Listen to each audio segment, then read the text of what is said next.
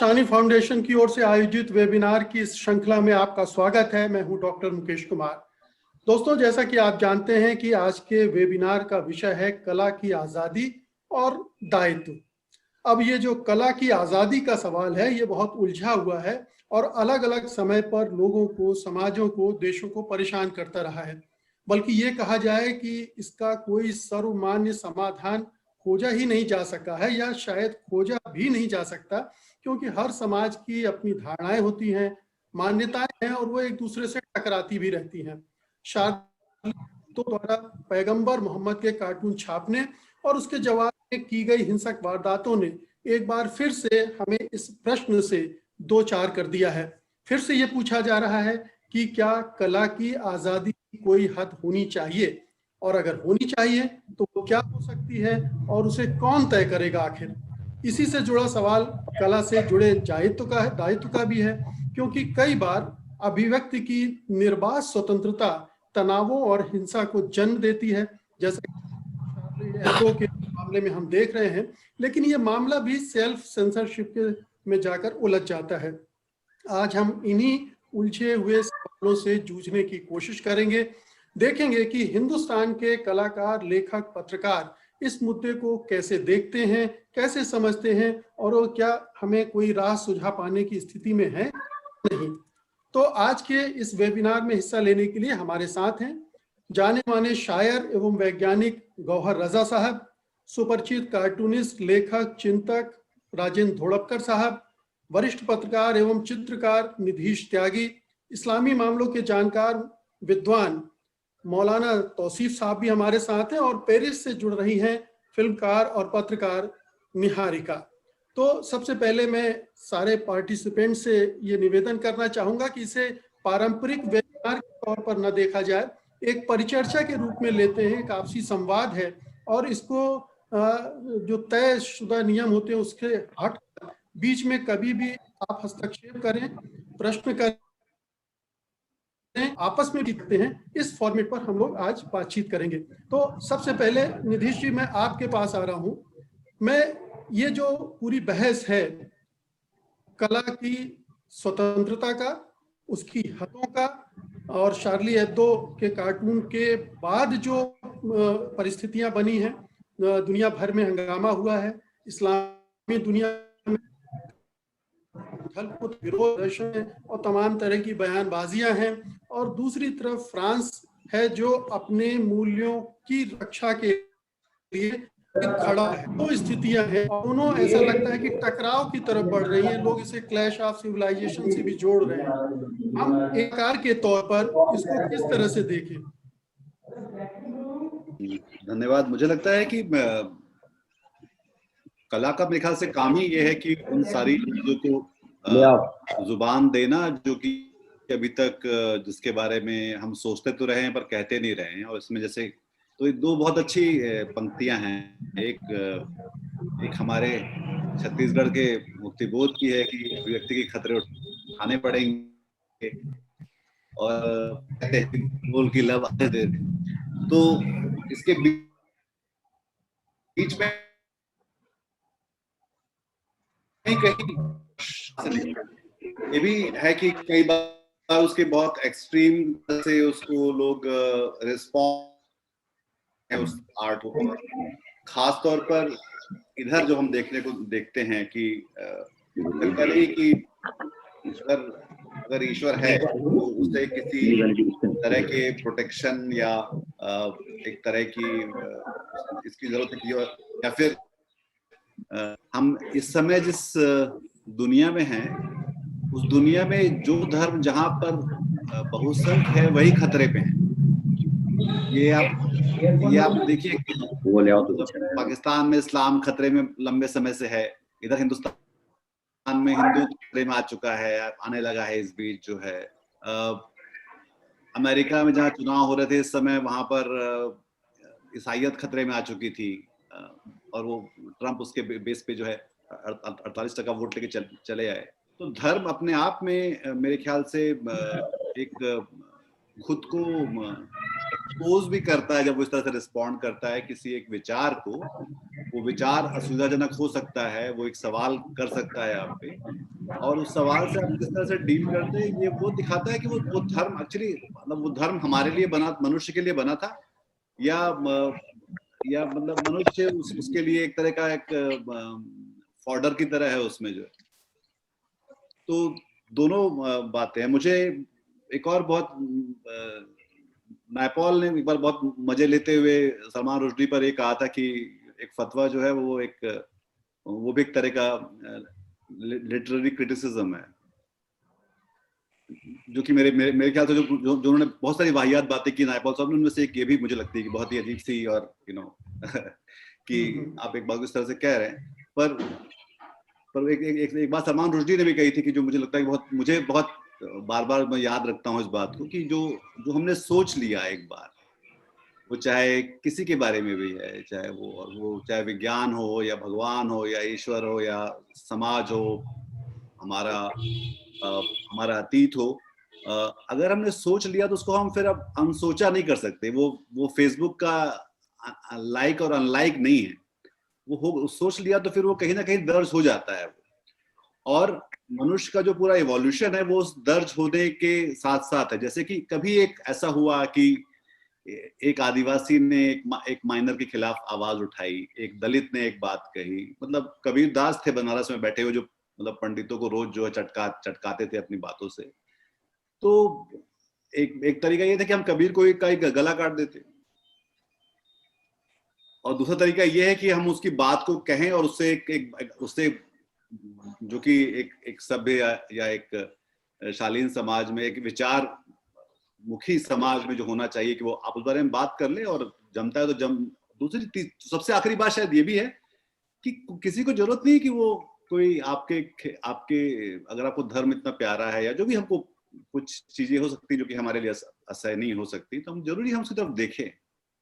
मेरे ख्याल से एक तरह से ये भी है कि हम उस फॉर्म को जब हम एक तरह से किसी को बिहेड करते हैं या किसी को मारते हैं या जब अपनी असहिष्णुता दिखाते हैं, तो हम दरअसल ये दिखाते हैं कि जो हमारा विश्वास है किसी भी चीज पर, चाहे वो हमारी आस्था है, विश्वास है, मूल्य हैं, वो भी कहीं कहीं डगमगा रहे हैं।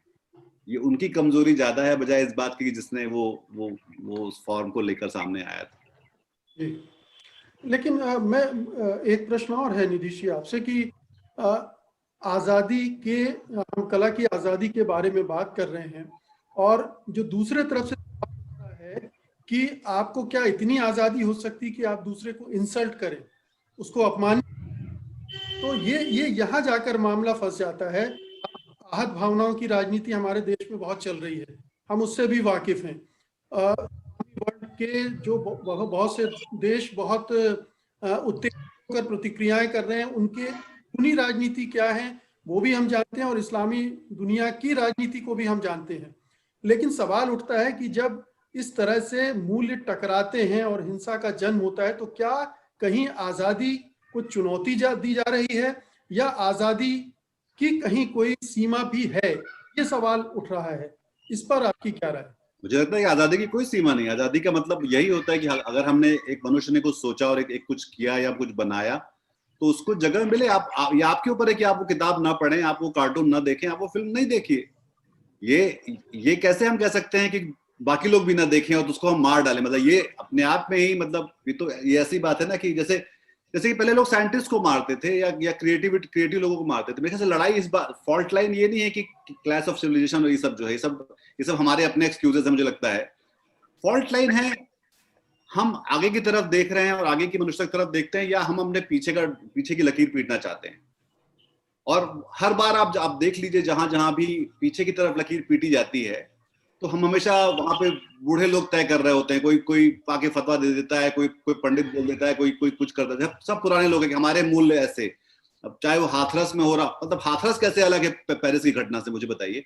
तो वो भी तो एक क्लैश है, जहाँ पे एक लड़की है जो कि आगे बढ़ना चाहती है, पढ़ना चाहती है, उसको लेकर जो है ऐसा हो जाता है, और फिर सोसाइटी किस तरह रिस्पॉन्ड करती है उस पर। तो ये लड़ाई को मतलब हमको उससे व्यापक तौर पे देखना चाहिए। वो सिर्फ पेरिस या वेस्ट या वाली बात नहीं है। मेरे ख्याल से बात यह है कि हम पुराने को लेकर पड़े रहना चाहते हैं, या फिर हम आगे की तरफ देखना चाहते हैं कि हाँ, आगे हम कैसा चाहते हैं, हम अपने बच्चों के लिए किस तरह की दुनिया देखनी चाहते हैं। क्या वो उनको आजादी है कि वो अपनी बात जो सोचते हैं वो कह सके, या वो सहमे हुए रहें, कि वो डरे हुए रहें कि मतलब मुझे पता है कि दिल्ली में इस पूरे दौरान जो है कितने सारे बच्चों से पूछा गया कि तुम मुसलमान जैसे दिखते हो, और तो वो निकले कि ना निकले। मतलब ये बात हो सकता है वो बच्चे अपने आप में, कुछ बच्चे बहादुर होंगे, कुछ बच्चे बहादुर नहीं होंगे, कुछ बच्चे बहादुर होंगे पर उनके पेरेंट्स बहादुर नहीं होंगे उस तरह से। तो ये जो इंटॉलरेंस की जो टेंडेंसी है, we should look at tendency. Tendency क्या है? वो टेंडेंसी ये है कि हम, मतलब मैं सोचता हूँ कि अगर 2020 में महर्षि दयानंद यहाँ से गुजर रहे होते गुजरात से आके और उत्तर भारत से, और वो एक कुत्ते को देखते कि वो एक मूर्ति पर पेशाब कर रहा है, और वो अपनी जब बात करते तो क्या उनको छोड़ दिया जाता? आपको क्या लगता है? पर आर्य समाज जब जो हुआ था, अभी वो चाहे उसका जितना भी उसका भला बुरा हो चुका हो, पर वो एक आखिरी रिफॉर्मिस्ट मूवमेंट था हिंदुइज्म के भीतर का, और वो भी एक विचार और एक तरह के सवाल से आया था। तो हम जब भी सवाल करने से सहमने, डरने या उसको हतोत्साहित करने लगते हैं, तो मेरे ख्याल से वो हमें पीछे की तरफ ज्यादा धकेलता बजाय आगे ले जाने की। आर्ट और साइंस और लॉजिक, अभी आप पूरा कोविड अपने आप में देखो कि ये जो पूरा, मतलब जितना भी कुछ हम बात कर रहे हैं वो इसलिए बहुत अधिक अप्रासंगिक हो चली है, क्योंकि कोविड के दौरान सब कुछ एक्सपोज हो चुका है। जो ज्योतिषी जो बोल रहे थे, जो तंत्र मंत्र वाले कह रहे थे, जो टोटके बता रहे थे, जो कोरोनिल लेके आ रहे थे, जो सारे भगवान बचा लेगा, तो किसी का मतलब ये तो एक वैज्ञानिक समझ और चेतना का सवाल अपनी जगह बिल्कुल दुरुस्त है।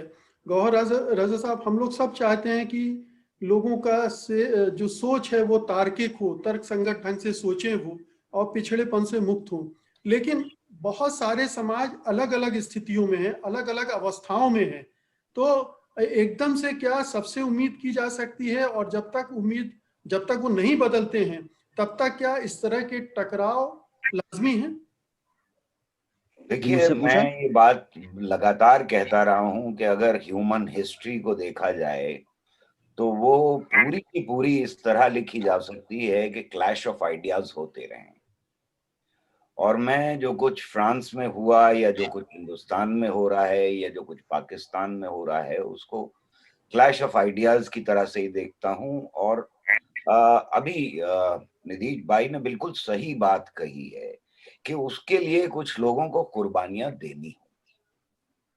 आप खामोश नहीं रह सकते हैं जब कोई किसी का गला इस बात के ऊपर काट दे कि उसने कोई कार्टून बनाया या दिखाया या उसके ऊपर डिस्कशन किया। क्लास के अंदर खास तौर से जब हम बच्चों से बात कर रहे हैं, तब इसकी आजादी कहीं ज्यादा जरूरी है कि उनको अच्छा और बुरा सब कुछ दिखाया जाए, और ये कह के दिखाया जाए कि भाई दुनिया ऐसी है और ऐसी दुनिया में तुम क्या पोजीशन लेने जा रहे हो, कैसे सिटीजन बनने जा रहे हो, ये बहुत जरूरी है। तो मुझे असल गुस्सा इस बात के ऊपर है कि क्लास के एक टीचर को इस बात पे कत्ल कर दिया जाए कि वो अपनी क्लास में बच्चों को कुछ पढ़ा रहा था। ये बात कहने के बाद मैं ये बात भी कहना चाहता हूं कि एक कार्टून का जवाब कार्टून हो सकता है, एक किताब का जवाब किताब हो सकती है, एक कविता का जवाब कविता हो सकती है, गाने का जवाब गाना हो सकती है, कि स्पीच का जवाब स्पीच हो सकती है। इनमें से किसी का जवाब भी कत्ल नहीं हो सकता। ये आज की दुनिया में एक्सेप्टेबल नहीं है। राजाओं के दौर में जिल्ले इलाही की शान में कुछ कह दिया, राजा की शान में कुछ कह दिया, या उनके अकीदे की शान में कुछ कह दिया, कत्ल कर दिए गए। तो क्या हम दुनिया को वापस उधर की तरफ ले जाना चाहते हैं? हम क्या उन लोगों को जो पुरानी सोच रखते हैं, जो गुस्से में आकर के दूसरे का कत्ल करने की बात कर सकते हैं, क्या हम वैसी दुनिया अपने बच्चों को सौंपना चाहते हैं? या हम एक ऐसी दुनिया सौंपना चाहते हैं जिसके अंदर डर ना हो, अपनी बात को पूरी तरह से कह सके, उसको सही करने वाले मौजूद हों, वाद विवाद के साथ कोई बात निकाली जा सके कि भाई ये करना है, ये नहीं करना है, वगैरह वगैरह। आप जो बात कह रहे हैं वो बहुत इंपॉर्टेंट बात है कि हर मुल्क के अंदर अलग अलग हर समाज के अंदर अलग अलग तहजीब की सीढ़ी पर है, सब एक तहजीब की सीढ़ी पर नहीं है। लेकिन तहजीब की सीढ़ी पे नीचे होना जस्टिफाई नहीं करता कि वो तहजीब की नीची सीढ़ी पे है।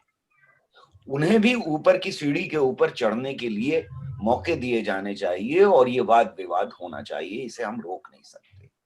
तीसरी बात जो मैं कहना चाहता हूं वो ये है कि हर मजहब, और मैं इसमें किसी मजहब को कम और ज्यादा करके नहीं आ रहा हूं, चाहे वो इस्लाम हो, चाहे वो हिंदुइज्म हो, चाहे वो क्रिश्चियनिटी हो, ये 3 मेजर मजहब हैं और उसके साथ हम जूडाइज्म को और बना लें। इन मजाहिब की किताबों को अगर देखा जाए तो 2 नजर से पढ़ी जा सकती है। एक नजर से पढ़ेंगे अगर हम तो ये बहुत वायलेंट किताबें हैं, इनके अंदर हिंसा भरी हुई है, इनके अंदर इंसान को इंसान का मारना जस्टिफाइड है, इनके अंदर जंगें लड़ना जस्टिफाइड है, इनके अंदर लोगों के मुंह बंद करना जस्टिफाइड है। ये सब कुछ जस्टिफिकेशन एक तरफ है, लेकिन इन्हीं किताबों के अंदर इंसान दोस्ती मौजूद है, अमन मौजूद है, इन्हीं किताबों के अंदर दर्द मौजूद है, इंसानियत को इकट्ठा करके डाइवर्सिटी को सेलिब्रेट करना मौजूद है। ये दोनों चीजें इन किताबों के अंदर मौजूद है, क्योंकि ये किताबें पहले लिखी गई हैं उन समाजों में लिखी गई हैं जहां दोनों चीजें मौजूद थी पूरी तरह से, तो उसका जस्टिफिकेशन भी मौजूद है, हिंसा का भी जस्टिफिकेशन मौजूद है और उसके साथ साथ प्रेम का, मोहब्बत का, भाईचारे का जस्टिफिकेशन भी मौजूद है। सवाल यह है कि अपने मजहब से आप क्या सीखते हैं और अगली नस्लों को आप क्या सिखाते हैं, क्योंकि आपको मजहबी दुकान चलानी है, क्योंकि आपको अमेरिका ने रूस के खिलाफ खड़ा किया है जिस तरह से उसामा बिन लादेन को खड़ा किया गया, तो क्या आप क्लैशनिकोव उठा करके, क्या आप AK-47 उठा करके या चाकू उठा करके अपनी दुकान चलाने के लिए इस्लाम में जस्टिफिकेशन ढूंढेंगे? क्या आप किसी औरत को किसी चर्च के सामने मारने के लिए इस्लाम के अंदर जस्टिफिकेशन ढूंढेंगे? या किसी की लिंचिंग करने के लिए सड़क के ऊपर आप जय श्री राम लिखें का इस्तेमाल करेंगे? 2002 में ऐसी औरतों के शव मैंने देखे हैं जिनको जला दिया गया और उनके जिस्म के ऊपर जय श्री राम लिखा गया। ये लोग जो हैं, जो इस तरह से जस्टिफिकेशन ढूंढते हैं, जो मौजूद है, हर मजहब के अंदर मौजूद है। ये कहना बिल्कुल गलत है कि हर मजहब सिर्फ और सिर्फ अच्छाई सिखाता है, हर मजहब सिर्फ इंसान दोस्ती सिखाता है, अमन सिखाता है, प्यार सिखाता है। ये गलत है, ये मैं मानने को तैयार नहीं। बहुत सारे लोग कहते हैं और हमें अच्छा भी लगता है ये बात कहना, जैसा आप मजहब तो बहुत अच्छी चीज है और मजहब तो सिर्फ इंसान दोस्ती सिखाती है। मैं इसको गलत समझता हूँ। मजहब दोनों चीजें सिखाता है। जो टेररिस्ट है वो भी वहीं ढूंढ रहा है अपना जस्टिफिकेशन, और जो इंसान दोस्त है वो भी वहीं, गांधी भी अपना जस्टिफिकेशन मजहब के अंदर ढूंढ रहे हैं और प्रज्ञा ठाकुर भी उसी मजहब के अंदर अपना जस्टिफिकेशन ढूंढ रही है। हम कौन सा जस्टिफिकेशन आज 21वीं सदी में एक्सेप्ट करते हैं? अपने मजहब के अंदर देखने की जरूरत है। और ये बात बहुत ही क्लियर है मुझको कि बोलने की आजादी, लिखने की आजादी, सवाल पूछने की आजादी अगर छीन ली जाए तो समाज जो है वो सड़ने लगेगा, गल जाएगा ऐसा समाज। और हमें ऐसे बहुत सारे गले हुए, सड़े हुए समाज दिखाई दे रहे हैं अपने चारों तरफ। हमारा as intellectuals, as poets, as thinkers, as writers, as painters, ये दायित्व है, ये हमारी ड्यूटी है कि हम ऐसी हर आवाज के खिलाफ अपनी आवाज उठाएं। और मैं फिर ये कह रहा हूं कि मैं उन साहब को जिन्होंने ये कहा कि मेरे माँ बाप की अगर कोई बेइज्जती करे तो मैं उसका कत्ल कर दूंगा, मैं वही करूंगा जो फ्रांस में किया गया, उन साहब के जवाब में मैं उन्हें कत्ल करने नहीं जा रहा। मैं बिल्कुल साफ हूं इस बात के ऊपर कि आज के दौर में 21वीं सदी में अगर मेरे माँ बाप के साथ कोई बेइज्जती करता है तो मैं उसका कत्ल नहीं करूंगा। मैं सभ्य समाज के उस दरवाजे को खटखटाऊंगा जहां से मुझे जस्टिफिकेशन मिल सकता है, जहां से मुझे इंसाफ मिल सकता है। मैं हरगिज भी कत्ल करने की, मैं गांधी की इस बात से 100% अग्री करता हूं कि मेरे पास सैकड़ों रीजंस हैं इस बात के कि मैं किसी को कि मैं खुद अपनी जान दे दूं, लेकिन मेरे पास एक भी रीजन इस बात का नहीं। मैं एक भी चीज ऐसी नहीं सोच सकता जिससे किसी दूसरे की जान लेने की सोच मेरे ध्यान में पैदा हो। ये लोग जाहिर है कि उन सारे अमन पसंद मजहबी लोगों को बदनाम करते हैं जो हिंसा का पक्ष लेते हैं। और एक बात बहुत क्लियर है कि आज की पॉलिटिक्स में जो धर्म का इस्तेमाल किया जा रहा है जिस तरह से, जिसकी तरफ अभी नीतीश भाई ने भी जिक्र किया, उसमें हर टेररिस्ट और हर हिंसक मजहब का इस्तेमाल करने वाला ये दावा करता है कि वो सारे अपने मजहबी गुट के हित के लिए बोल रहा है और अपने मजहब को बचाने के लिए बोल रहा है। अगर हम इस बात पे यकीन कर लेते हैं, अगर हम मुसलमान हैं और मुसलमान टेररिस्ट की बात पे यकीन कर लेते हैं तो ये उसकी सबसे बड़ी जीत है। अगर हम हिंदू हैं और हिंदू टेररिस्ट की बात पे यकीन कर लेते हैं तो ये उस टेररिस्ट की जीत है, हमारी हार है। अगर हम क्रिश्चियन हैं तो ये हमारी हार है। मैं समझता हूं कि आज की सभ्य दुनिया में एक कार्टून बनाने की आजादी होनी चाहिए। मैं नहीं बनाऊंगा, मैं ऐसा कार्टून नहीं बनाऊंगा जो दूसरे को आहत करे, लेकिन अगर आहत करने वाला कार्टून बनाया गया है तो उसका जवाब है दूसरा कार्टून। जी उसका जवाब कत्ल नहीं। जी मौलाना तौसीफ साहब, हर एक के अपने हक हैं और जैसा कहा कि कार्टून का जवाब कार्टून हो सकता है, कलाशनिकोव नहीं हो सकती है, AK-47 नहीं हो सकता है। कार्टून बना रहा है, कार्टून बनाने दीजिए। मकबूल फिदा हुसैन ने पेंटिंग्स बनाई, न्यूड पेंटिंग्स बनाई सरस्वती लक्ष्मी वगैरह की, उसको लेकर यहाँ के जो मेंटलिस्ट हैं उन्होंने कितना बवाल मचा भी हम जानते हैं। तो ये एक तरह की जो राजनीति की बात की, जो इन चीजों को सियासत में इस्तेमाल कर रही है, चाहे वो हिंदुस्तान में हो चाहे दुनिया के दूसरे मुल्कों में हो, इस राजनीति का इस्तेमाल धर्म क्यों हो रहा है? और जो धार्मिक नेता हैं, धार्मिक गुरु हैं, वो उनके साथ क्यों अलाइन कर रहे हैं? ऐसे मौकों पर देखा जाता है कि वो खुलकर सामने नहीं आते हैं कि ये धर्म का बेजा इस्तेमाल है और इस तरफ हिंसा का सहारा नहीं लिया जाना चाहिए। और ये बार बार देखा गया है, किसी एक धर्म के बारे में नहीं, हर धर्म के बारे में यही स्थिति बनी हुई है। जी मुझे सुन पा रहे हैं आप? जी सर, यहाँ पहली बात तो मैं ये कहूँगा कि सवाल आर्ट का मेरे ख्याल से है ही नहीं। हमें शार्ली एब्दो के थोड़े से इतिहास में जाना पड़ेगा। आप किसी भी फन के या किसी भी आर्ट के जानकार हैं तो जाहिर है उसमें यही चाहेंगे कि हमारे ज़रिए से एक अच्छा मैसेज जाए सभ्य समाज में और दूर दूर तक एक अच्छा पैगाम जाए।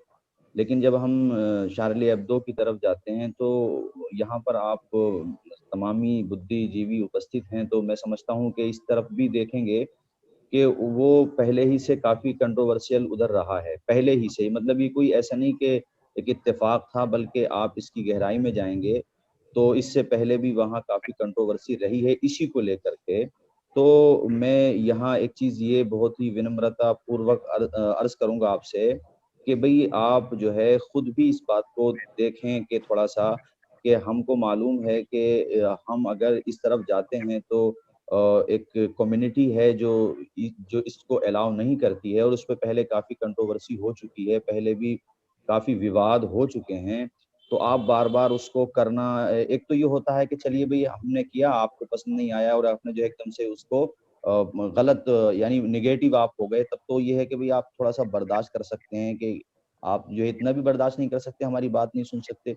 लेकिन एक बात को बार-बार किया जाना, तो सर आपको थोड़ा-सा इस एंगल से भी देखें कि आप जो है एक चीज को बार बार कर रहे हैं, बार बार उसको कर रहे हैं।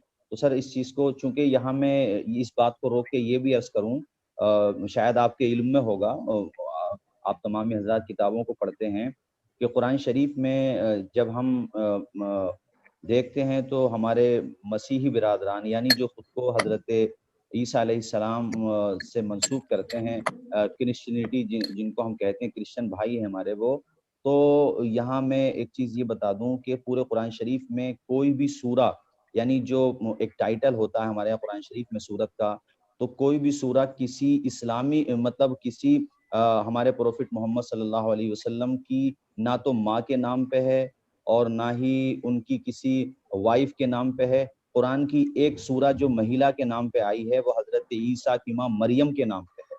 तो इससे आप ये अंदाजा लगा सकते हैं कि हमारे यहाँ हजरत ईसा अलैहिस्सलाम और ऐसे ही हजरत मरियम जो उनकी माँ है उनका कितना सम्मान है हमारे यहाँ। ये मतलब ये सिर्फ ये नहीं कि सिर्फ हमारे प्रोफिट से जो चीजें मंसूब हैं हम उन्हीं को सम्मान देंगे या उन्हीं की इज्जत करेंगे, बल्कि हमारे यहाँ इज्जत का जो मेयार है, जो इज्जत हम देते हैं, वो हजरत ईसा अलैहिस्सलाम को भी हम बेपनाह मानते हैं, उनसे भी बेपनाह अकीदत रखते हैं। जिस तरह से हम अपने प्यारे नबी के मनफी मतलब निगेटिव कार्टून बनाना या उनके लिए बहुत गलत चीजें करना उनके लिए नापसंद करते हैं, सर ऐसे ही हम ये भी नापसंद करेंगे कि कोई हजरत ईसा मसीह के लिए या उनकी माँ मरियम के लिए या किसी भी उसके लिए, उसकी वजह यह है कि उसको आप निगेटिव रंग दे रहे हैं और आपका मकसद एक तो ये होता है कि मौलाना साहब सवाल सर पहले ये पूरी है, बात कंप्लीट कर लूं फिर मैं जवाब दूंगा आपकी बात का, प्लीज मैं कंप्लीट कर लूं सर।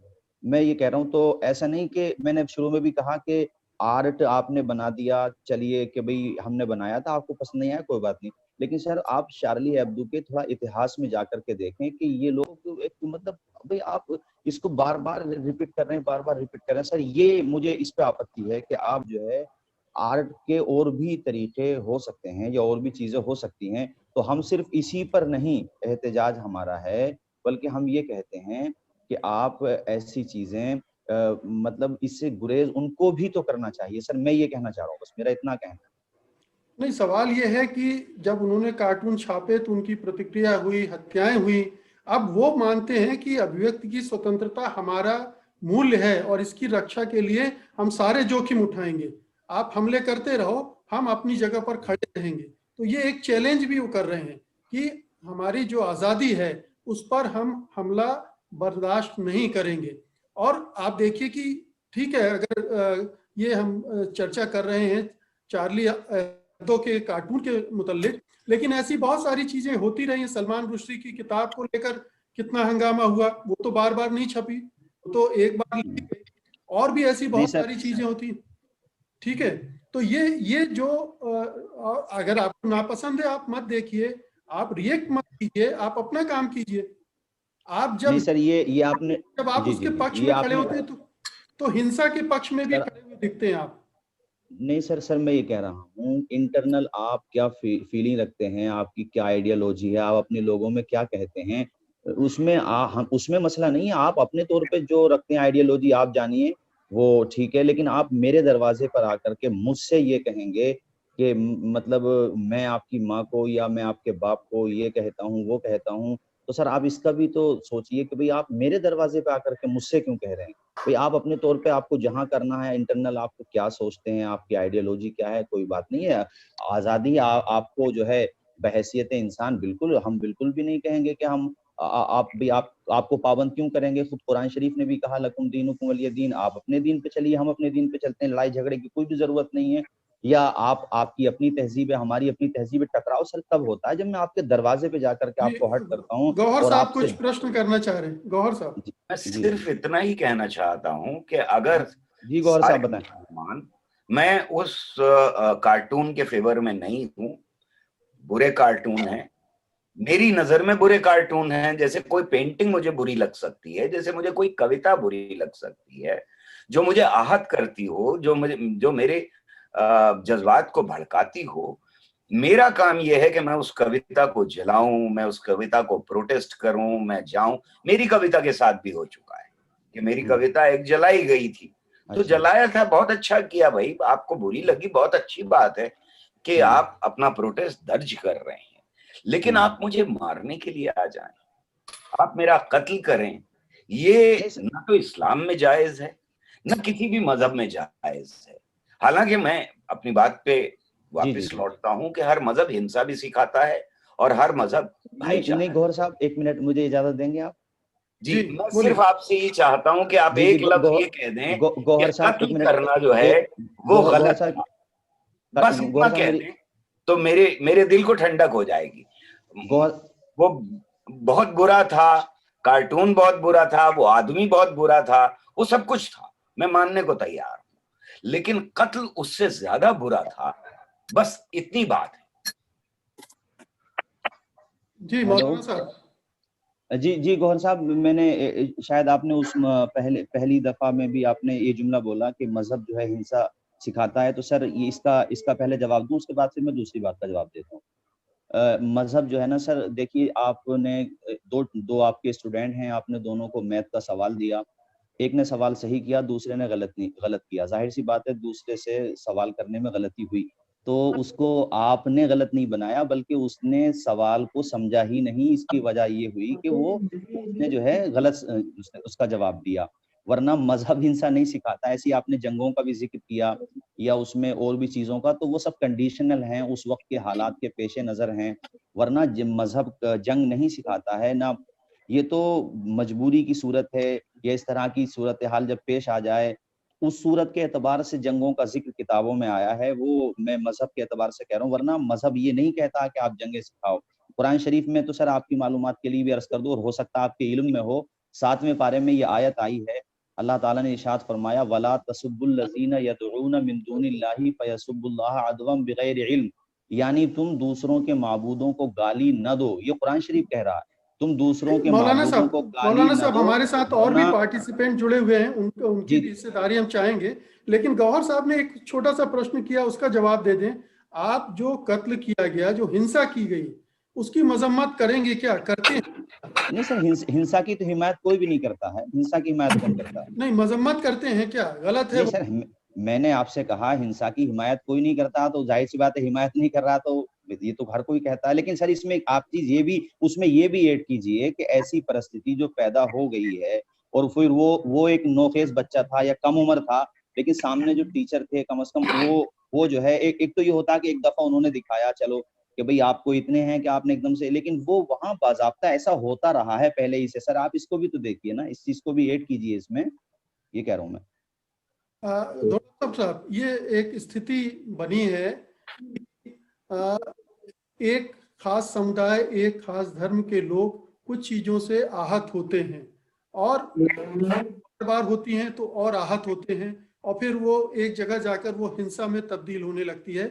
ये एक लॉजिक आप मेरे सामने करेंगे ना सर, आप समझ रहा हूँ कि मौलाना साहब जो कहना चाहते हैं वो, तो भाई डॉक्टर मुकेश साहब, मैं ये कह रहा हूँ कि आप मेरे सामने ऐसा करेंगे, और फिर ये आम कार्टून की तरह तो है नहीं भाई। आप ये सब जानते हैं, जैसे क्रिश्चियन हजरात हैं हमारे, वो हैं, हम भी नहीं गवारा करेंगे कोई हमारे सामने हजरत ईसा अलैहिस्सलाम की तौहीन बर्दाश्त करे। कोई करेगा तो हम उससे खुद पहले कहेंगे कि भाई आप ऐसा क्यों कर रहे हो, आप हिंसा करेंगे। आप, और फिर हम सर सामने क्या? नहीं, मैं हिंसा नहीं, मैं ये कह रहा हूँ उससे ये कहेंगे अगर कोई ऐसा करता है, अगर कोई हजरत ईसा अलैहिस्सलाम का कार्टून बनाता है, तो हम कार्टून बनाने वाले से कहेंगे कि भाई आप ऐसा क्यों कर रहे हो, क्यों बना रहे हो, इस तरह की हरकत क्यों कर रहे हो, निगेटिव चीज, मतलब मनफी जो जिससे उनकी तौहीन हो रही हो, या उसको निगेटिव करके दिखाना, तो आप इस तरह की हरकत क्यों नहीं, कर रहे हो? अगर इस तरह से चलने लगे तो उससे जो बनाएगा, अगर इस तरह से सोचने मैंने तो कविताएं लिखना मुश्किल हो जाएगा, कहानियां लिखना मुश्किल हो जाएगा,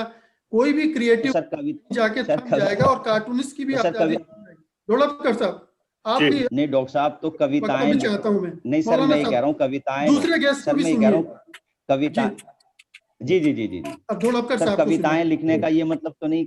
जी सुनते जी ढोलककर साहब, क्या सवाल क्या है? सवाल ये है कि जब ऐसी स्थितियां निर्मित हो जाएं जहां पर एक समुदाय विशेष को लगे कि ये बार बार उसकी भावनाओं को ठेस पहुंचाने की कोशिश की जा रही है, उनकी मान्यताओं पर हमला किया जा रहा है, तब एक कलाकार के सामने क्या रास्ता रह जाता है, और एक क्या उस स्थिति में उस समाज द्वारा की जाने वाली हिंसा को कहीं से जायज ठहराया जा सकता है? बात कह रही थी जैसे मौलाना साहब ने कहा मेरे दरवाजे पर आकर, लेकिन मैं ये बताना चाहूंगी, चार्ली एब्दो जिस वक्त उन्होंने ये 2015 में कार्टून छापे हैं, उस वक्त उसका सब्सक्रिप्शन मात्र 60,000 था।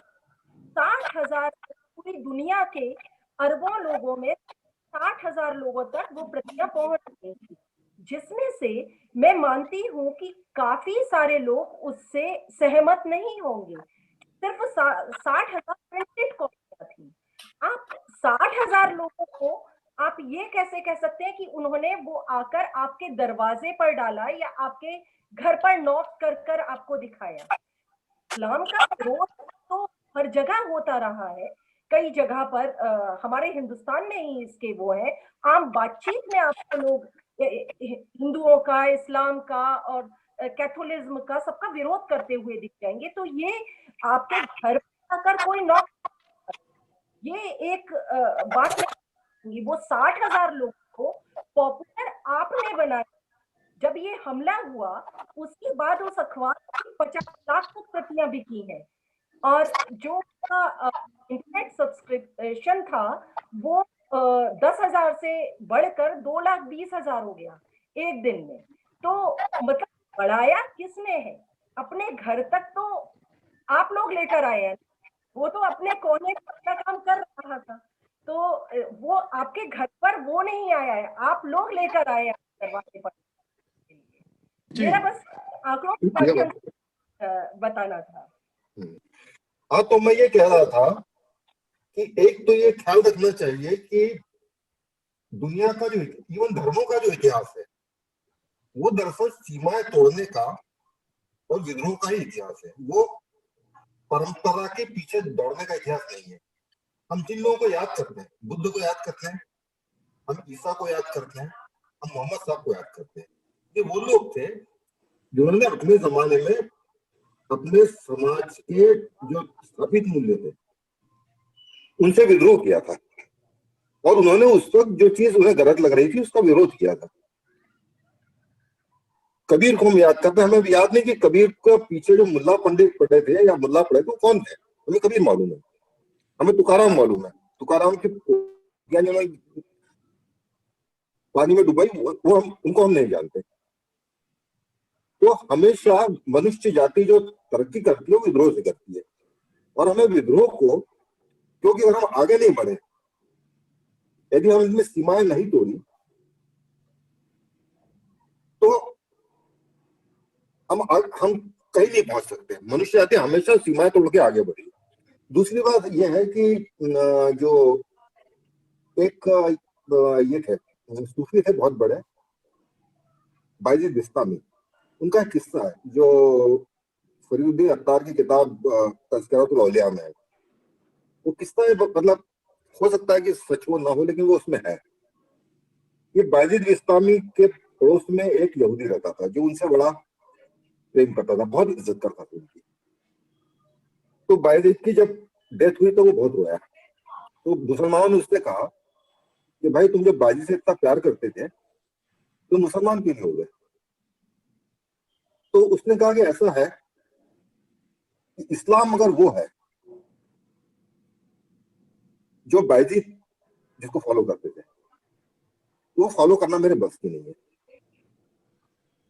और इस्लाम अगर वो है जिसको तुम लोग फॉलो करते हो, तुम उसको फॉलो करना नहीं चाहते। तो धर्म दरअसल वही होता है जिसको ही फॉलो किया जाता है। तो इसलिए धार्मिक नेताओं का एक कर्तव्य है कि जो गलत कर रहा है उसको रोके। आप ऐसा नहीं कह सकते कि जी मैं उसका विरोधी हूं और लेकिन उसने गलत किया है, आपको ये सिखाना पड़ेगा। दूसरी बात, मोहम्मद साहब का कार्टून बना तो इसमें बहुत ज्यादा जो मैं कहता हूँ दोष है। आपने क्या मोहम्मद साहब की जो असली कैरेक्टर है वो लोगों तक पहुंचाया है? क्या आपने बताया उनका जो अखलाकी किरदार है वो कितना नरम दिल, कितने शांत आदमी थे, उन्होंने शांति के लिए किस हद तक जाके काम नहीं किया, ये लीडर्स ने आपने पहुंचा नहीं। आपने लगातार उनको मतलब जो प्रोजेक्ट हुआ है हम मुसलमान में मानता हूँ कि बहुत शांतिप्रिय है, जितना मैं हूँ उतना ही वो है। लेकिन आप जब लोगों को ये बताएंगे कि हम मार देंगे तो लोग अच्छा मारो, वो भी सामने वाला लड़ जाएंगे। आप अगर ये बताइए हम नर्मिल आदमी है, सामने वाला तो बढ़ता जाएगा। तो बस डायलॉग कर रहे हैं, जो अलग अलग कल्चर में बात हो रही है। फ्रेंच कल्चर बिल्कुल अलग है, इस्लामी कल्चर देशों में वो अलग है। दोनों मिल रहे हैं तो दोनों को अब मिलकर बात करनी पड़ेगी। जी झगड़ा करेंगे, मारपीट करेंगे। जोड़पकर साहब, आप भी एक कार्टूनिस्ट हैं और वो जो कार्टून छपे थे, कार्टून बनाए गए थे, तो एक कार्टूनिस्ट के तौर पर आप अपनी आजादी को कहाँ तक फैला सकते हैं? क्या ये सवाल आपने अपने से किया है? क्या आपके सामने कभी ये सवाल उपस्थित हुआ है कि मैं अपनी आजादी को का इस्तेमाल कर सकता हूँ? उसकी कोई सीमा, कोई हद है आपको दिखी है कभी? देखिए, मैं जैसे एक आज में कार्टून बना रहा हूँ, भारत में बना रहा हूँ, तो मेरी हद या मेरी जो संभावना है वो भारतीय समाज के मेरे संस्कारों के हिसाब से करूंगी। मैं अपनी परिस्थिति के हिसाब से बनाऊंगा। मैं शायद वो बनाऊंगा जो शार्ली हेब्डो कार्टून या जिसमें नीदरलैंड के कार्टूनिस्ट ने बनाया था, चार्ली हेब्डो ने छापा था उसको, मैं नहीं करता। मेरा कल्चर अलग है, लेकिन मैं मानता हूँ कि उसने कल्चर के हिसाब से काम किया, और अगर मैं उससे असहमत हूँ मैं उससे बात करूंगा। तुमने किया, हम इस बात को इस तरह से कहते हैं, इस बात से नहीं कहते इस बात को।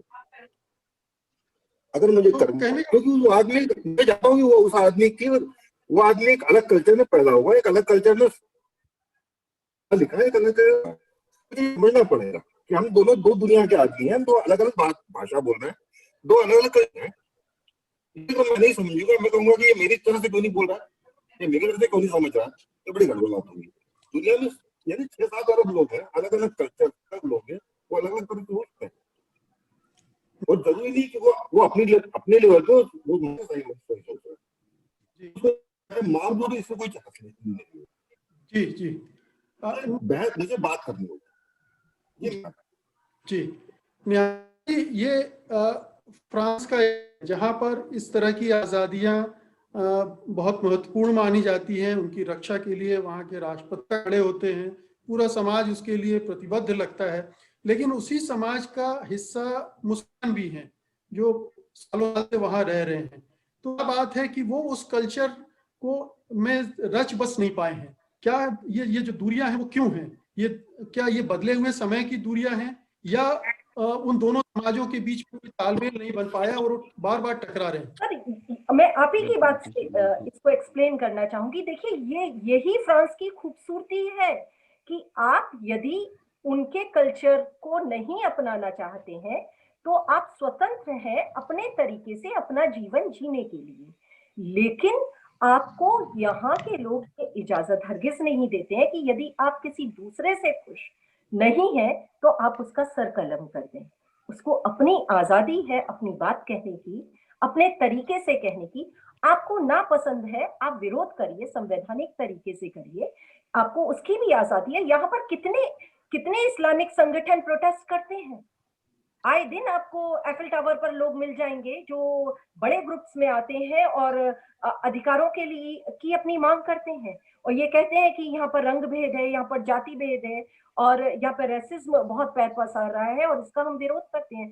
क्या उन विरोधों को कुचला जाता है? नहीं कुचला जाता। सेम इसी तरीके से यदि चार्ली एब्दो के डिफरेंट कार्टून्स के लिए लोग कहें, चार्ली एब्दो पे लगभग 50 केस उसमें हुए हैं, कोर्ट में हुए हैं। मैडम उस पर कुछ कार्रवाई हुई? 50 केसेस जो पहले हुए थे मैडम, उस पर कुछ कार्रवाई हुई थी पहले? आप उसको रोक नहीं सकते हैं। 1905 में जो यहाँ पर अभिव्यक्ति की स्वतंत्रता का जो कानून बना था, मैडम अभिव्यक्ति की स्वतंत्रता की भी तो कोई सीमा होगी मैडम, मैं ये पूछ रहा हूँ आपसे कि आप अपनी बात कहिए और अपने तरीके कहिए और विरोध करिए और किसी भी तरीके से करिए, लेकिन संविधान के अंदर रहकर करिए। लेकिन विरोध का मतलब सिर काटना नहीं है। नहीं मैडम, मैं ये पूछ रहा हूँ उस पे, जब उस पे मौलाना साहब कोई सवाल कर रहे हैं। जी मौलाना जी साहब। जी मैडम, डॉक्टर मुकेश साहब, मैं मैडम से सवाल कर रहा हूँ कि उस पे जब ऑलरेडी 50 केसेस पहले इससे बता रही हैं मैडम कि 50 केसेस पहले ही से हैं, तो उस पर जी गवर्नमेंट ने पहले इसे मतलब कुछ एक्शन लिया कि नहीं लिया, ये मैं पूछ रहा हूँ। सर यहाँ पर ईश निंदा का कोई कानून नहीं। आप किसी भी धर्म का मजाक बना सकते हैं। मैं चार्ली हेब्दो के बारे में आपको बताना चाहूंगी, जब मैं ये देख रही थी तो 2005 से लेकर 2015 तक का डेटा मैंने कलेक्ट किया, क्योंकि वही टाइम इसमें बहुत कंट्रोवर्शियल।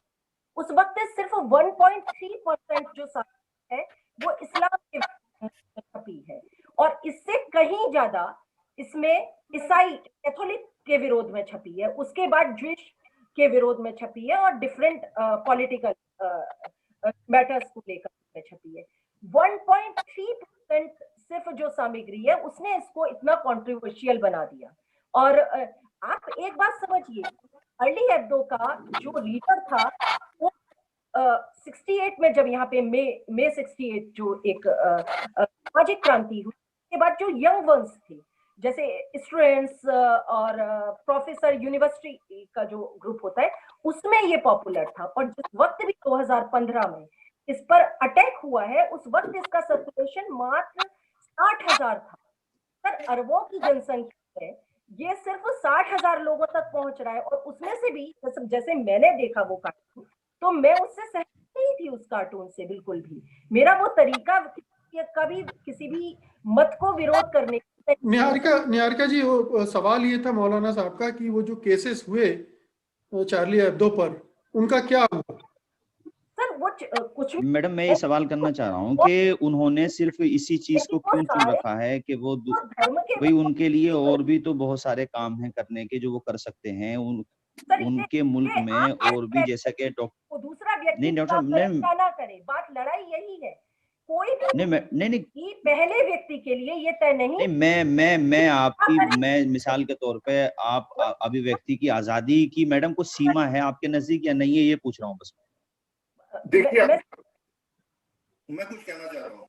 जी थोड़ा। आजादी की सीमा जो है वो कोई एक फाइनल सीमा नहीं है या कोई तय सीमा नहीं है, वो हर कल्चर, हर सोसाइटी। आवाज नहीं आ रही डॉक्टर साहब, आपकी आवाज नहीं आ रही धोड़पकर साहब, बिल्कुल भी आ रही है? आ रहे हैं। आ रही है जी अब आ रही है। मैं ये कह रहा था कि अभिव्यक्ति की आजादी एक सीमा नहीं है। ना धोड़पकर साहब, हम सुन नहीं पा रहे हैं आप, बिल्कुल सुन नहीं। ढोलकर साहब आपकी आवाज नहीं आ रही है, नहीं आ रही ना। चलिए कोई बात नहीं, नहीं। निधीश जी, आप यहाँ हस्तक्षेप करना चाहेंगे? मुझे लगता है कि ये जो एक बात जो निहारिका कह रही थी कि एक तो ये कि हम किसी भी जब देश में जाके रहते हैं, जो कि हमारा अपनी जमीन अगर नहीं, अपनी जमीन है वहां भी, मतलब मैं भारतीय हूँ और भारत में रहता हूँ, तो शायद मुझे यहाँ का जो कानून और यहाँ के जो हिसाब हैं, कायदे हैं, मुझे उसके हिसाब से रहना पड़ेगा। तो और उसके अगर मुझे कोई दिक्कत है तो उसके लिए जो वहाँ के जो स्थापित चैनल्स हैं, चाहे अदालतें हैं या पार्लियामेंट है, पॉलिटिक्स है, तो मैं वहां जाके बात करूंगा उसकी। और अगर जो लोग फ्रांस में रहते हैं तो उनको वहां के हिसाब से वो करना पड़ेगा। वो अपने जहां से भी वो आते हैं या उनके जहां के भी, जैसे कि हो सकता है कि मैं एक ऐसे इलाके से आता हूँ जहां पर हर बात के लिए हत्या कर दी जाती है, पर जब मैं एक ऐसी जगह पे आके रह रहा हूँ जहाँ की मैं नागरिकता ले रहा हूँ, जहाँ के कायदे अलग हैं, तो मैं उसको मुझे मानना पड़ेगा। तो एक तो बुनियादी बात यही है कि आप जो है अभी भी जिस निधीश जी यहाँ पर एक प्रश्न उठता है कि अब हम ग्लोबलाइज दुनिया में रह रहे हैं। अब ये बहुत स्थानीयता वाला मसला नहीं रह गया कि कार्टून फ्रांस में बना और फ्रांस के समाज तक सीमित रह गया है। अब वो डिजिटल दुनिया में, पूरी दुनिया में फैलता है। तो अब ये एक इसका पक्ष है कि कोई भी चीज सीमित नहीं रह गई है और वो पूरी दुनिया पर इफेक्ट करती है। तो अब उन समाजों को जो वहां नहीं रह रहे हैं, उन तक भी वो चीजें पहुंचती हैं। तो ऐसे में उनका रिएक्शन क्या हो? क्या तो दो बातें हैं जी। एक तो ये ग्लोबलाइज कनेक्टेड दुनिया है जहां पर चीजें अब रोक नहीं सकते हैं उसको कहीं भी जाने से। तो ये हमारे सामने देखते देखते हुआ है कि जिसको सलमान रुश्दी कह रहे थे कि ये what has been thought cannot be unthought now, and जो श्रीकांत वर्मा की भी लाइन है ये कि अब इसकी तरह फैलता है विचार, कैसे फैलता है विचार, तो वो उसको आप रोक नहीं सकते हैं। पर एक होता है लॉ ऑफ द लैंड, तो जब जो जहां के जैसे कायदे हैं, ये बात मेरे ख्याल से जो आदमी वो शार्ली हेब्दो जो है वहां की परंपरा का भी, वहां की विचार की परंपरा का भी हिस्सा है, जो कि मतलब जाहिर तौर पे वो सऊदी में या मिडिल ईस्ट के किसी देश में नहीं हो सकता है। ये तो सबको पसंद में आती है बात की वहां का एक कंटेक्स्ट उस तरह का है। तो उस कंटेक्स्ट में हाँ, मतलब वहां पर वो वैसा नहीं हो पाएगा, पर फ्रांस की पहचान, उनकी वैचारिक परंपरा और उनके पूरे इवोल्यूशन का वो हिस्सा जिसको वो नहीं छोड़ सकते उसके लिए। तो ये जो मौलाना साहब भी जो कह रहे थे कि ये वो उन मामलों का क्या हुआ, उस मामलों में क्या हुआ, उसके लिए निहारिका या फ्रांस के लोग थोड़ी जिम्मेदार हैं, वो वहां की व्यवस्था है जो उसको डील कर रही है। और एक और बात भी है कि जैसे कि आप जब हम किसी देश में जाके रहते हैं तो हम उसको एक तरह से, जिसको हम नेट बोलते हैं, आपने साइन अप करते हैं, उसके लिए आपने साइन अप किया ना उस लाइफ के लिए, उस वहां के कायदों के हिसाब से रहने के लिए, और वो आपको सारी समानताएं दे रहे हैं जो कि आप जहां से भी आए थे वहां पर वैसा नहीं था। मतलब हम जैसे कि आज हम बोलते हैं कि ये बहुत बड़ी बात है, कमला हैरिस वहां की वाइस प्रेसिडेंट बन गई है, पर वो ये सब लोग भाग के वहां गए थे, वो एक बेहतर भविष्य के लिए वहां पे गए थे, वो एक भले चॉइस की तरह पे गए, कंपल्शन की तरह गए, लोग सरवाइव करने गए या एग्जिस्ट करने गए किसी, पर आपने अपनी जमीन छोड़ के दूसरी जमीन पे जब आप जाएंगे तो उस बदलाव को भी आपको साइन अप करना पड़ेगा। ऐसा नहीं हो सकता कि मैं जाके बोलूं कि हाँ मुझे अमेरिका चाहिए, पर मुझे अमेरिका का सिर्फ जो है ये वाला हिस्सा चाहिए, वो वाला हिस्सा नहीं चाहिए। मतलब अब आप लॉ ऑफ द लैंड तो होगा, सब कुछ ही आपको अपनाना पड़ेगा। मेरे ख्याल से ये जो दिक्कत है, ये बातें मैंने भी यूके में जब भी जाता हूँ मैंने बहुत ज्यादा महसूस की है। ये जो पूरा इनसिक्योरिटी जो है एक तरह की घेटोवाइज्ड मानसिकता बनाती है, और उससे फिर ये सब चीजें बहुत निकल कर आती हैं। वो चाहे, और वो सिर्फ इस्लाम के लिए नहीं है, वो हर उस वर्ग के लिए है जो कि हम अपने उसको तो चाहते हैं कि हम अपना एक पासपोर्ट या हम अपने लाइवलीहुड और उस सब चीजों को बदलना चाहते हैं, पर हम उन चीजों में शायद खुद को विचार के स्तर पे, संस्कृति के स्तर पर, समाज समुदाय के स्तर पर खुद को जो है उसको ठीक से हम अपना नहीं पाते हैं। जी गौहर साहब हमसे जुड़े हैं। सर एक बात इस यहाँ पर ऐड करना चाहूंगी, मौजूद हूँ। इसी फ्रांस में 7 to 8% जो पॉपुलेशन है वो इस्लामिक पॉपुलेशन आप कह सकते हैं, क्योंकि इसमें भी बहुत डिफरेंस है, ओरिजिन इस्लामिक और प्रैक्टिस करने वाले। तो उसमें 2% लोग मस्जिद जाते हैं, जो इस्लामिक पॉपुलेशन है उसका 2% लोग मतलब प्रैक्टिस करते हैं, रेगुलर प्रैक्टिस जो करते हैं उसके 2% लोग हैं बस, बाकी इसके तो नहीं करते हैं ये प्रैक्टिस, नमाज पढ़ना जो कि इस्लाम के अकॉर्डिंग जरूरी माना जाता है। तो ऐसे तो क्यों नहीं उठ रहा कि भाई बाकी के लोग यदि वो इस्लाम मानते हैं तो वो उसके नियमों को क्यों नहीं फॉलो करते हैं। तो जो रेडिकल इस्लाम की बात यहाँ पर जो हो रही है, और उसमें उन 2% में भी वो रेडिकल इस्लामिस्ट है नहीं है। मतलब आप ये देखिए, तो यहाँ पर जो रिसर्चेस के लोग ये मान रहे हैं कि ये जितना भी टेररिज्म है या रेडिकल इस्लाम है, ये बाहर के देशों से लाया गया है। और अभी एक डेटा आया जिसमें मालूम किया गया कि 256 जो मस्जिद, उसमें से 156 जो इमाम है वो तुर्की से यहाँ पर आए। तो इस तरीके के रिसर्चेस लगता है लोग ढूंढ रहे हैं कि कहाँ से आखिर यहाँ के इस्लाम मानने वाले बदल रहा है, तो फोर्स किया जा रहा है, इस तरीके की घटना।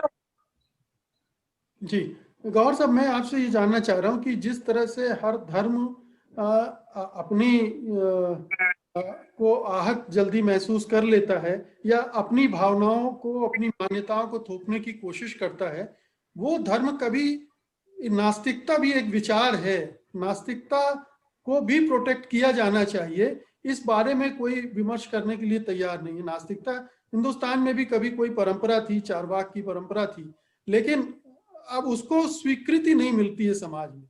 तो ये इसको कैसे, किस तरह से देखा जाए? क्योंकि ये जो चार्ली एब्दो का जो मामला है, दरअसल वो एक नास्तिक विचार परंपरा का ही एक। देखिए, दो बातें बहुत जरूरी हैं इस बहस में आनी, दो मुद्दे।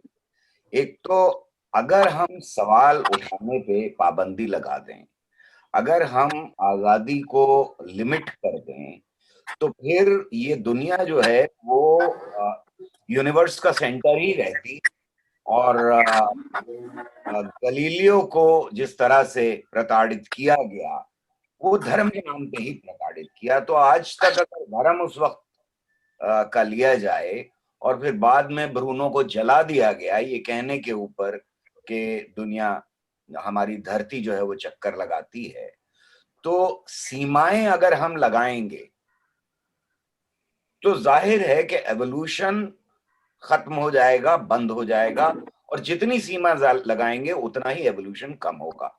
और हमको ये उन कल्चर्स में ये साफ दिखाई दे रहा है कि जहां ज्यादा सीमाएं हैं और जहां ज्यादा सीमाएं लगाने की कोशिश की गई हैं, वो कहीं ज्यादा साइंस टेक्नोलॉजी में ही पिछड़े हुए। तो पहली बात तो ये समझने की है कि आजादी होनी चाहिए और उस आजादी का इस्तेमाल रिस्पॉन्सिबिलिटी के साथ किया जाना चाहिए। मैं मौलाना साहब से इसमें डिसएग्री नहीं करता कि रिस्पॉन्सिबिलिटी के साथ किया जाना चाहिए, लेकिन फिर वही बात है कि मौलाना साहब ने क्लियर शब्दों में ये नहीं कहा कि वो उस कत्ल के पूरी तरह खिलाफ है। मैं ये समझता हूं कि आज की दुनिया में इस बीच में बहुत सारे उलेमा ने और दुनिया के हर कोने से इस्लाम के उलेमा ने इसको अपोज किया है, इसकी निंदा की है। ये बहुत अच्छी बात है। इसके बावजूद कि मीडिया इस बात को ज्यादा फैलाता है कि कोई एक शायर है, वो कहीं एक जगह बैठा हुआ है और वो उसके साथ खड़ा हो जाए, और तो वो 24 घंटे चलाया जाता है बनिस्बत इसके कि मेरी और आपकी आवाज मीडिया के ऊपर है। तो वो एक अलग मसला है। दूसरी बात जो बहुत इंपॉर्टेंट आप पूछ रहे हैं, क्या मैं रैशनलिस्ट की हैसियत से, मैं एथीस्ट की हैसियत से क्या इंसान नहीं हूं? क्या आप जो बेवकूफी की हरकतें करते हैं, आप जो धर्म के नाम के ऊपर अंधविश्वास फैलाते हैं, उसमें मेरी भावनाएं आहत नहीं होती? क्या मुझे भी फिर वही आजादी नहीं होनी चाहिए जो आजादी आप अपने किसी टेररिस्ट को दे रहे हैं? मैं कल को ये कहूं कि भाई कोई, मैं नहीं लेना चाहता एग्जाम्पल्स क्योंकि फिर आहत हो जाएंगी लोगों की भावनाएं, लेकिन ऐसी एग्जाम्पल्स ली जा सकती हैं कि मुझे बहुत बुरा लग रहा है जो आप ये कर रहे हैं। आप पटाखा छुड़ा रहे हैं मेरे कान के ऊपर, आप लाउड स्पीकर लगा करके और मेरी नींद खराब कर रहे हैं, तो क्या मैं AK-47 उठाऊं और जाके मार दूं? आपकी भावना हो सकती है, लेकिन अगर मेरी भावना आहत हो रही है तो क्या मुझे ये आजादी देंगे आप? ये आजादी ना मुझे होनी चाहिए और ना किसी ऐसे आदमी को होनी चाहिए जो धर्म को मानता है, जो धर्म। मेरी आवाज आ रही है? जी आ रही है, लेकिन कम, बार बार टूट रही है, ब्रेक हो रही है। मैं कुछ बोलूं इसमें? आपका जो माइक है वो बहुत डायरेक्शनल है और एक बात कंप्लीट कर लूं बस। हाँ। मैं ये समझता हूं कि मेरी भावना इससे आहत हो सकती है कि आपका यकीन किसी बेवकूफी में है। उसका ये मतलब हरगिज भी नहीं होता कि मैं आपकी जो आजादी है मानने की, उस आजादी के ऊपर प्रहार करना शुरू कर दूं। मैं प्रोटेस्ट कर सकता हूं, मैं वो सारे तरीके अपना सकता हूं जो एक सभ्य समाज के अंदर आपसे डिसएग्री करने के होते हैं। मेरी डिसएग्री करने की आजादी को आप छीन नहीं सकते मुझसे, बिल्कुल उसी तरह जैसे मैं आपसे डिसएग्री करने की आजादी को नहीं छीन सकता। जहां तक लिमिट का सवाल है वो बार बार आ रहा है। ये सवाल बार बार उठ रहा है उन लोगों की तरफ से जो कहीं ना कहीं अपने टेररिस्ट को, अपने हिंसक लोगों को बचाने की कोशिश कर रहे हैं। ये बचाने की कोशिश, मैं फिर कहूंगा कि उस हिंसक आदमी की, उस टेररिस्ट की जीत है। कहीं ना कहीं वो जीत गया आपको ये समझाने में कि मैंने इस्लाम को बचाने के लिए, मैंने हिंदुइज्म को बचाने के लिए, मैंने हिंदुओं को बचाने के लिए, मुसलमानों को बचाने के लिए किया है कत्ल। है ऐसा नहीं। आपने दुकान चलाई है, आपने वो दुकान चलाने की कोशिश की है जो धर्म के नाम के ऊपर कहीं चलाई जा रही है। आपने वो पॉलिटिक्स करने की कोशिश की है जो कहीं धर्म के नाम के ऊपर चलाई जा रही है। हो सकता है कि वो पॉलिटिक्स उन लोगों की हो जिनका कोई धर्म से लेना देना नहीं। हमें मालूम है कि हमारे देश के अंदर सावरकर धार्मिक नहीं थे, एथीस्ट थे, लेकिन उन्होंने एक दुकान चलाई जिसको आज तक हम भुगत रहे हैं। हमें जिन्ना मालूम है कि जिन्ना ऑलमोस्ट नास्तिक थे, लेकिन उन्होंने एक दुकान चलाई जिसकी कीमत अदा करनी पड़ी 10 लाख लोगों को अपनी जान से और 2.5 करोड़ लोगों को अपने घर बार छोड़ने से। तो ये बात समझना बहुत जरूरी है कि जब पॉलिटिक्स के साथ इसको मिलाया जाएगा, धर्म को, तो एक भयानक जहर पैदा होगा। और वो भयानक जहर हमें अपने मुल्क के अंदर इतना साफ फैलता हुआ दिखाई दे रहा है कि अगर अब भी हमारी आंखें नहीं खुलती और हम इस बात को जस्टिफाई करते हैं कि फ्रांस के अंदर कत्ल जो है, या डिफेंसिव पे चले जाते हैं। मौलाना साहब मुझे बहुत डिफेंसिव पे दिखाई दिए जी। अगर हम डिफेंसिव पे चले जाते हैं तो हमको अपने घरों में भी वही भुगतना पड़ेगा, हमको अपनी गलियों में वही भुगतना पड़ेगा, हमको गोलबकर साहब के रिएक्शन ले लेते, गुरुद्वारों पे वही भुगतना पड़ेगा। खतरा ये है, और ये बहुत बड़ा खतरा है। ये खतरा सिर्फ फ्रांस में नहीं है, ये खतरा आपके घर के दरवाजे के ऊपर आहट दे रहा है, खटखटा रहा है। इसलिए मैं समझता हूं कि अनइक्विवोकली, बिल्कुल बिना लाग लपेट के, बिना किसी ऐसी चीज के कहे हुए जो जस्टिफाई करती हो, हमें इसको अपोज करना चाहिए।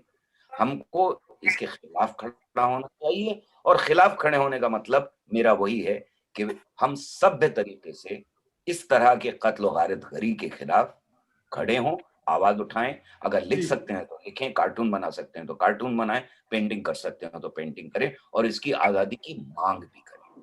जी थोड़पकर साहब, अगर मेरी आवाज आ रही हो तो बिल्कुल पास से बोलिए आप अपने माइक। आ रही है जी।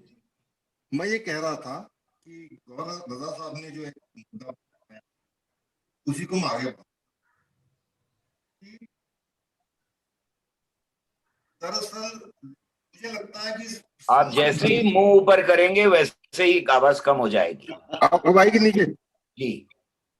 तो मैं ये कह रहा था कि समस्या ये है कि जब भी कोई संगठन, जब भी कोई विचार बड़ा हो जाता है, उसमें ताकत आ जाती है, तो वो मनुष्य को चलने की ताकत जीता है।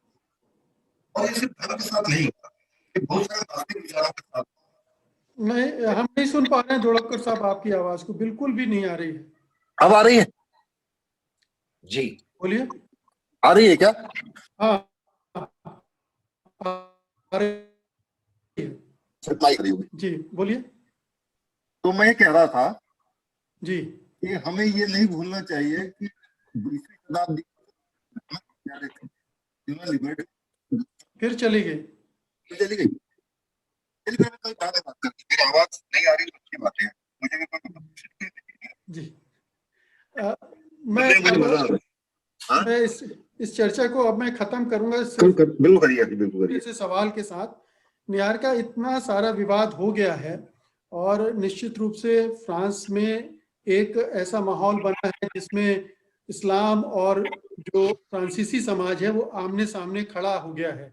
तो इसकी दूरी को पाटने के लिए वहाँ के कलाकार, वहाँ के लेखक, पत्रकार, चिंतक क्या कर रहे हैं, वो क्या सोच रहे हैं, अभिव्यक्ति की स्वतंत्रता के बारे में, कला की स्वतंत्रता के बारे में, उसके दायित्व के बारे में? सर एक छोटी बताना चाहूंगी। पहली बात तो जो सोसाइटी है उसमें इस्लाम एक आम फ्रेंच स्ट्रक्चर के बीच में कोई डिफरेंस नहीं है। एक बहुत छोटी सी बात मैं आपको इंडिकेट करना चाहूंगी। जब बच्चे स्कूल जाते हैं, देखिए इस्लाम विरोधी यदि स्ट्रक्चर होता तो जो मैं बता रही हूँ वो नहीं होता। कम से कम यदि बच्चा स्कूल जाता है यहाँ पर तो कैंटीन का आपको एक फॉर्म मिलता है जिसमें साफ लिखा होता है कि आप जो आप खाना पसंद करेंगे वो पोर्क के साथ पसंद करेंगे या नॉन पोर्क।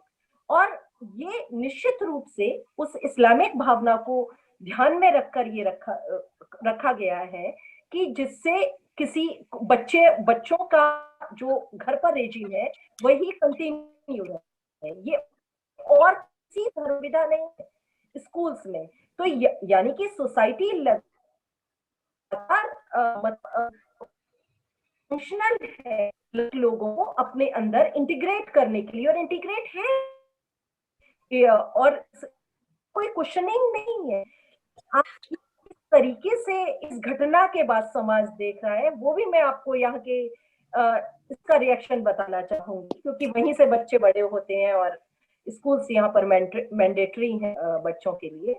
और जब स्कूल खुले 2 नवंबर को वाकांश वहाँ सारे स्कूल, पूरे स्कूल फ्रांस के स्कूलों में रखी गई और बच्चों को ये समझाया गया कि उनका सिर क्यों काटा गया और अब हमें क्या करना चाहिए।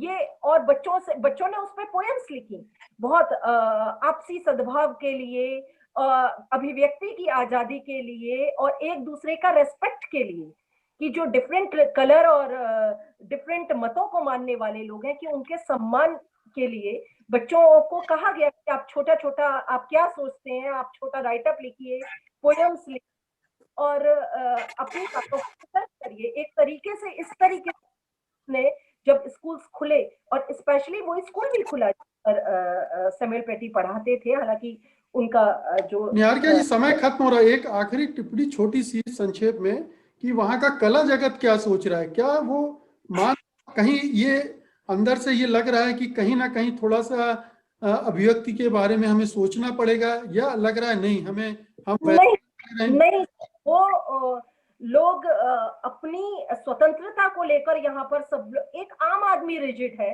तो फिर कलाकार और उसकी तो बात छोड़ दीजिए, वो लोग तो डरे तो हरगिज नहीं है इन सब बातों से, बल्कि और एक स्वतंत्रता को लेकर एक रिजिडिटी पैदा हुई है। और ये सिर्फ कलाकार, पत्रकार या इस जगत में ही नहीं है, ये आम आदमी में भी अभिव्यक्ति की स्वतंत्रता को लेकर एक अपना ये मूल अधिकार मानते हुए सुरक्षा की भावना है, और यही समाज में आगे बढ़ रहा है और यही एक विकास की निशानी है जो स्कूलों से शुरू हो रही है और समाज में आगे बढ़ रही है। जी, तो अब हम इस चर्चा को यहीं खत्म करेंगे। अभिव्यक्ति की स्वतंत्रता का मामला, कला की आजादी का मामला निश्चित रूप से बहुत अभी भी उलझा हुआ है और ये उलझा हुआ रहेगा, लेकिन एक ध्यान में रखनी पड़ेगी कि किसी भी असहमति का जवाब हिंसा नहीं हो सकती है। असहमति का जवाब देने के बहुत सारे लोकतांत्रिक हमारे पास विकल्प मौजूद हैं और उनका इस्तेमाल किया जाना चाहिए। बहुत बहुत शुक्रिया आप सभी मेहमानों का इस चर्चा में हिस्सा लेने के लिए। धन्यवाद। नमस्कार।